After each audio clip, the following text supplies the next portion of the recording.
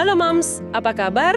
Di obrolan mendalam kita kali ini, misinya adalah ngebongkar rahasia mengejutkan di balik perjalanan bawa si kecil. Betul, soalnya ekspektasi kehamilan itu seringnya kayak foto yang dipakein filter media sosial ya.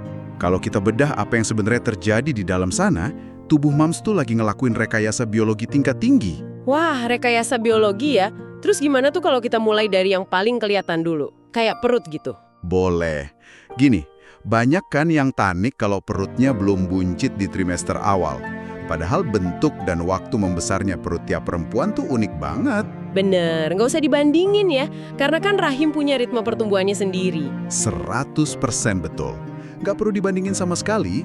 Tapi ya, yang bikin aku penasaran, kejutan fisiknya tuh merembet kemana-mana.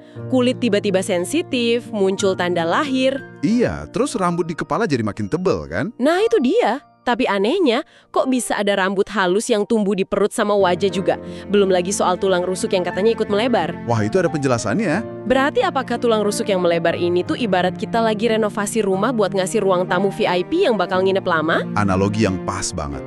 Tubuh tuh secara harfiah lagi ngebongkar strukturnya. Dan dalang di balik renovasi ini adalah hormon yang namanya relaksin. Relaksin? Sesuai namanya ya, bikin rileks gitu. Tepat.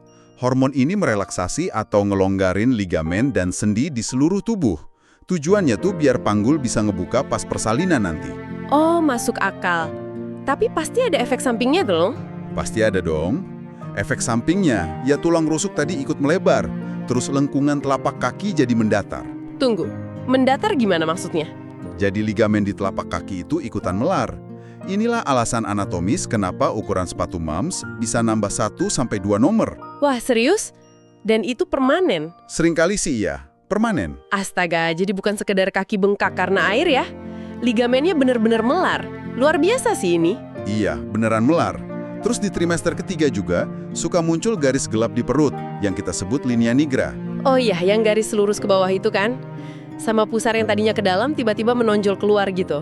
Betul sekali. Linea nigra itu dipicu sama lonjakan hormon melanosit yang ngaruh ke pigmentasi kulit. Kalau pusar yang menonjol itu kenapa tuh? Kalau pusar sih murni karena desakan mekanis aja dari rahim yang terus membesar. Ah, paham. Dan ngomong-ngomong soal desakan rahim ya, ini kayaknya bawa kita ke perubahan sistem internal yang sering bikin moms kewalahan deh. Setuju. Kalau organ membesar, pasti posisinya pada geser semua kan di dalam sana? Pasti dong. Payudara membesar, terus kadang ASI tuh udah bocor padahal bayinya juga belum lahir. Belum lagi keluhan bolak-balik toilet terus. Nah, soal toilet ini menarik nih. Iya kan? Dulu aku kira karena produksi cairan tubuh sekedar meningkat aja. Tapi ternyata mekanismenya lebih rumit ya. Jauh lebih rumit. Sering buang air kecil itu ada 2 alasan utamanya. Pertama, rahim yang membesar itu langsung nekan dan mangkas kapasitas kandung kemih Mams. Aduh, pantesannya rasanya penuh terus. Yang kedua apa tuh? Yang kedua, volume darah di dalam tubuh meningkat sampai 50% selama hamil. Hah, 50%? Banyak banget. Iya, makanya ginjal harus kerja ekstra keras buat nyaring darah tambahan ini yang akhirnya ya ngehasilin jauh lebih banyak urin. Masuk akal banget. Ginjal lembur, kandung kemih terhimpit. Pantes aja pencernaan juga ikutan rewel dan sembelit ya. Betul, semuanya kegencet di dalam. Terus gimana dengan fenomena baby brain? Itu loh, yang tiba-tiba lupa hal yang baru diomongin 5 menit lalu. Apa ini cuma karena kita kurang tidur aja? Nah, banyak yang ngira gitu. Tapi ini sama sekali bukan kelemahan karena kelelahan loh. Oh ya? Terus karena apa dong? Riset menunjukin kalau ada penyusutan gray matter atau materi abu-abu di otak kita selama kehamilan. Aduh, dengar kata penyusutan kok agak serem ya? Kedengarannya emang serem, tapi ini sebenarnya proses pemangkasan yang efisien. Otak Moms tuh lagi ngebuang koneksi yang nggak perlu. Ngebuang yang nggak perlu biar apa tuh? Biar bisa lebih fokus ngebaca isyarat dan ngerespon kebutuhan bayi nanti pas udah lahir. Wow, jadi ngorbanin memori jangka pendek demi insting keibuan ya? Keren banget. Sangat keren. Otak kita tuh pinter banget nyiapin diri. Pantes aja emosi rasanya udah kayak wahana roller coaster ya. Tiba-tiba nangis, cemas, mood swing. Sangat valid buat ngerasain semua itu.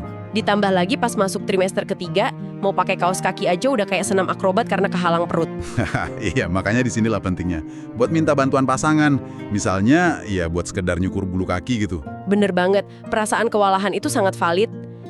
Ngomong-ngomong soal perut yang ngehalangin organ lain, ini kayaknya ngebantah mitos lama deh. Itu sebenarnya cuma alibi endak supaya kita bisa ngemil terus. Secara psikologi sih mungkin iya ya buat alibi. Terus secara anatomisnya gimana? Secara anatomis, maksa makan porsi ganda tuh justru bisa micu asam lambung naik yang parah. Oh, karena lambung kita lagi tergencet hebat sama rahim tadi ya, ruangnya kan mengecil. Tepat sekali.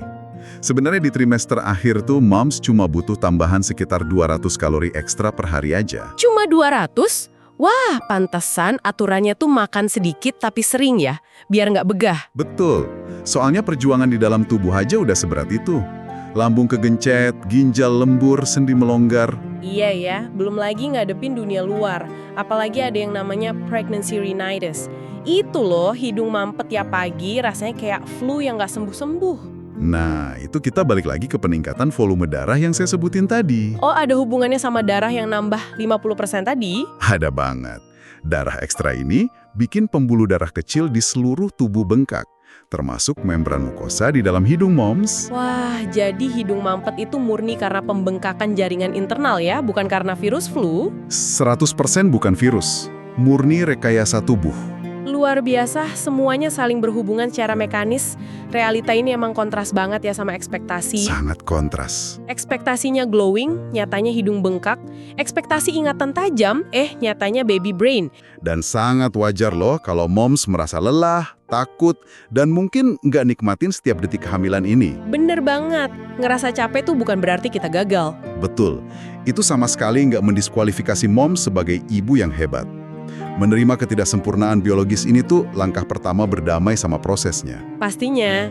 Dan jangan lupa buat selalu konsultasi ke dokter juga ya, kalau ada kekhawatiran medis. Harus itu. Tapi sebelum kita selesai, mari kita renungkan satu hal ini deh. Apa tuh? Gimana kalau semua kekacauan fisik, emosi yang naik turun, dan memori yang sering lupa pas hamil ini, itu sebenarnya adalah simulasi dari alam. Simulasi di mana maksudnya?